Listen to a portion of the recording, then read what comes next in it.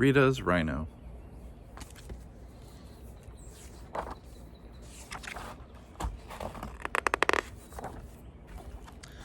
When Rita asked for a pet, her mom said, "No.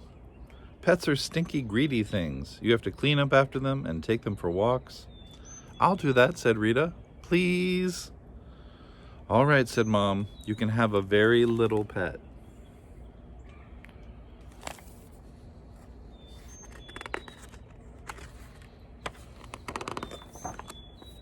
A few days later, Mom gave Rita a jar. "Meet your new pet flea, Harold," she said. "Pooh, I can't even see him," Rita snorted. "Frogs make wonderful pets," said Uncle Eric, handing Rita a tadpole. "Sometimes if you kiss them, they turn into princes." "I don't want a prince," frowned Rita. "I want a pet."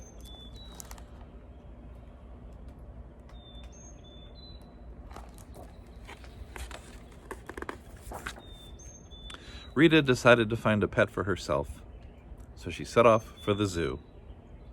As she reached the rhinoceros cage, it began to rain. "I hate the rain," groaned the rhinoceros. "Would you like to come home with me?" asked Rita. "It's very dry there." "Yes, please," said the rhinoceros, squeezing through the bars of the cage.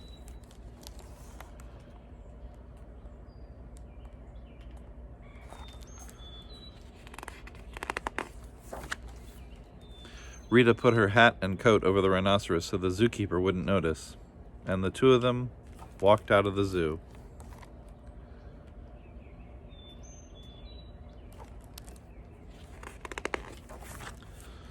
When they reached the block where Rita lived, it was a bit of a squeeze getting her new pet into the elevator.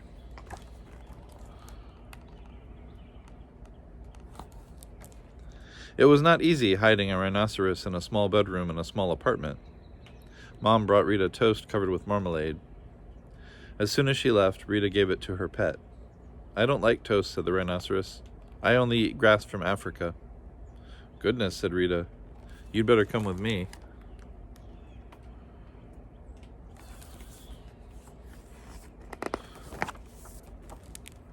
"I only have half a bag of grass from Africa left, and it's very expensive," said the pet shop man.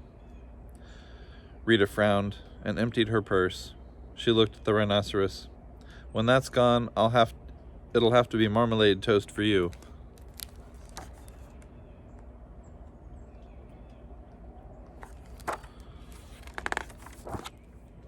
Sometimes Rita began to wish she did not have a pet rhinoceros. She loved him, of course, but it would have been so much better if he were not so large. It was unpleasant hiding the piles of rhinoceros poop every day. Sometimes the rhinoceros missed the zoo, his comfy bed, his grass from Africa, and he always hated going up and down in the elevator.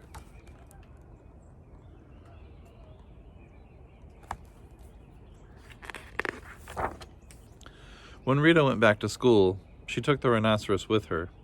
She left him outside with his horn stuck firmly in the ground to stop him rolling over.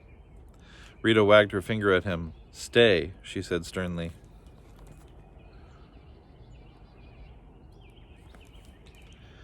"Is that a rhinoceros?" asked her teacher, who was a bit nearsighted.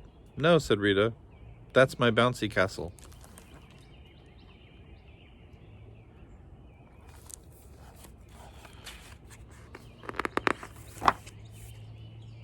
"A bouncy castle!" whooped the other children, rushing outside to play. Much as he loved Rita, the rhinoceros decided enough was enough.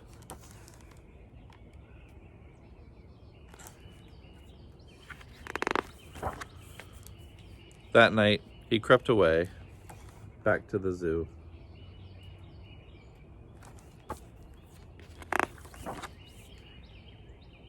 The rhinoceros was happy to be back, but as he lay in his comfy bed and nibbled his grass from Africa, he often thought about Rita, and when he did, he shed a little tear. And when Rita remembered her rhinoceros, she shed a little tear too.